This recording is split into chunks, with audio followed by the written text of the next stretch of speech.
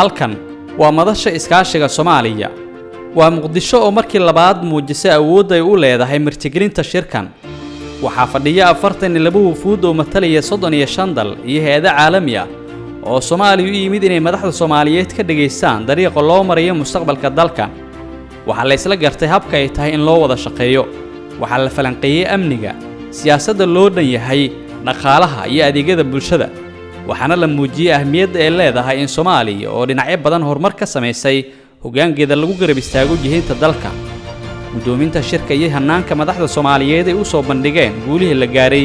iyo tallaabooyinka ay tahay in la qaado si loo gaaro waxyaabaha wali harsan waxay wajihi micno gaar ah u sameeynaysay dadka Soomaaliyeed oo waxa ay meesha ka saarteen cid aan Soomaali ahayn ay maamulaan ayaha dalkeena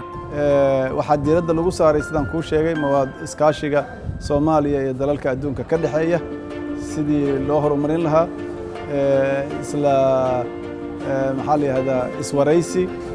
iyo sidii wax la yiraahdo mutual accountability framework ama sidii la isula xisaabtami lahaa oo Soomaaliduna adduunka ula xisaabtami lahayd deeqaha iyo taageerada ay bixiyaan inay noqoto mid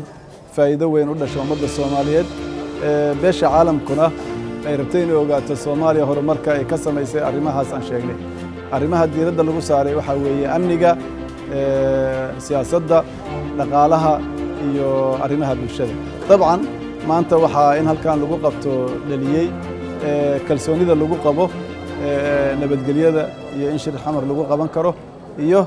horumarka Soomaaliya gaartay oo la rabo in la aqoonsado dib u habeynta iyo kor u qaadista maareynta maaliyadda dawladda iyo kubcinta dakhliga canshuuraha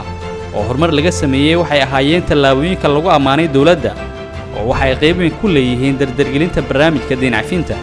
wasiirka maaliyadda Soomaaliya Dr. Cabdiraxmaan Ducaale Beele ayaa tilmaamay in dadaal badan oo ay sameeyeen uu suuro geliyay in lagu amaano heerka maanta la joogo isbedelka dhaqaalaha ee laga hadlayo waxa weeye waxyaalihii aan ku heshiinay qolada hay'adda lacagta ee adduunka oo ay ka mid tahay in dakhliga waddanku kordho ayaa ka mid ah waxaad og tahay sanadkii 2017 bilowgiisii ilaa maanta dakhligayna soo galaa inkastoo haddana yar yahay weli inuu laab noqday ayaa waxyaalaha la gaaray ka mid ah waxa ka mid oo kale sida usluubta cashuuraha loo qaadayo iyo usluubta loo maamulayo iyo sida daaha furan ee wax walba la isku og yahay iyo sida budgetka loo diyaarinayo waxa soo dhan oo shuruucda caalamka la socda ayaa runtii iyaga aad u soo dhaweeyeen waxa kale ay soo dhaweeyeen sida aan u maamulno kharash bixinta saan u maamulno ay soo dhaweeyeen wada socodka wasaaradda maaliyadda halkan federal governmentka iyo wasaaradda maaliyadda ee magaranaysa dawlad goboleedyada ayaa federaalka ka midka ah iyagana aad loo soo dhaweeyay marka wixii loo baahnaa iyo waxaan ku heshiinayba inay si fiican u socdaan ba ay soo dhaweeyay dawladda Soomaaliya oo amnigu uu ka mid yahay qorshayaasheeda ugu horeeya waxay waqti badan gelisay sidii dalka loo gaarsiin lahaa xasilooni la isku halayn karo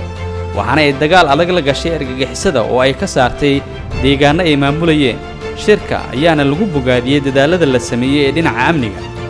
dawladda iyo shacabka Soomaaliyeed micno intee leeg ayuu ugu fadhiyaa in dalka gudihiisa lagu qabtay shir heerkiisu uu sareeyo ahmiyad weyn bay leedahay waxay xaqiijinaysaa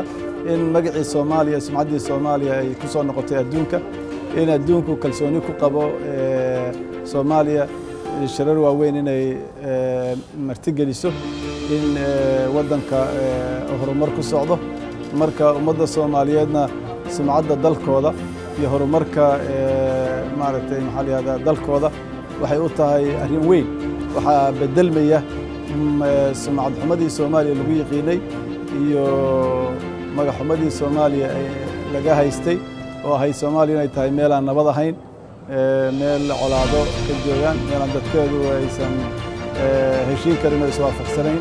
meel argagixiso joogto meel ay joogaan maxaa la yiraahdaa burcadbadeedyo maanta waxaa la ogaaday inay meel aan dawladnimo joogin aan dawlad lahayn maanta waxaa la arkaa Soomaaliya oo dawladnimadeedii ay shaqaynayso Soomaaliya oo dadkeedii ay hal leeyihiin rajana qabaan Soomaaliya oo argagixisadii la dagaalamaysa oo wixii xumaan ahaa oo dhan iska meyraysa marka sidaas ayay muhiimadaas ayuu shirku leeyahay in xamar lagu qabto shaqo abuurka iyo adeegyada bulshada waxay ahmiyad gaar ah u lahaayeen ka qaybgalayaasha shirka kaalinta haweenka dhinaca siyaasadana hoosta ayaa laga xariiqay wasiirka maaliyadda Soomaaliya Dr. Cabdiraxmaan Ducaale Beele ayaa qiray in la soo qabtay shaqooyin badan oo la mahdiyay balse wali ay jiraan howlo dhinaca shuruucda la xiriirta oo dhankooda laga sugayo dhanka ayaga laba arrimood baa ku dhiman arrimaha ku dhiman waxa kamid ah shuruucda maanta gacanta lagu hayo ee la doonayo in labada aqal laga ansixiyo madaxweynahana laga ansixiyo oo wareegtadii ku soo saaray kuwa ayaa aad qaranka loo hoos mariyay oo loo baahan yahay waqtiga kooban daraadeed in labada aqal la shaqeeyo si dhow loola shaqeeyo iyaguna way ka warqabaan guddida dhaqaaluhu way ka warqabtaa iyo finance-ku madaxdoodu way ka warqabtaa madaxdayadu way ka warqabtaa madaxweynaha iyo prime minister marka arrintaas ba ay leeyihiin in tallaabooyin ka qaadaan si loo ansixiyo shuruucda qaar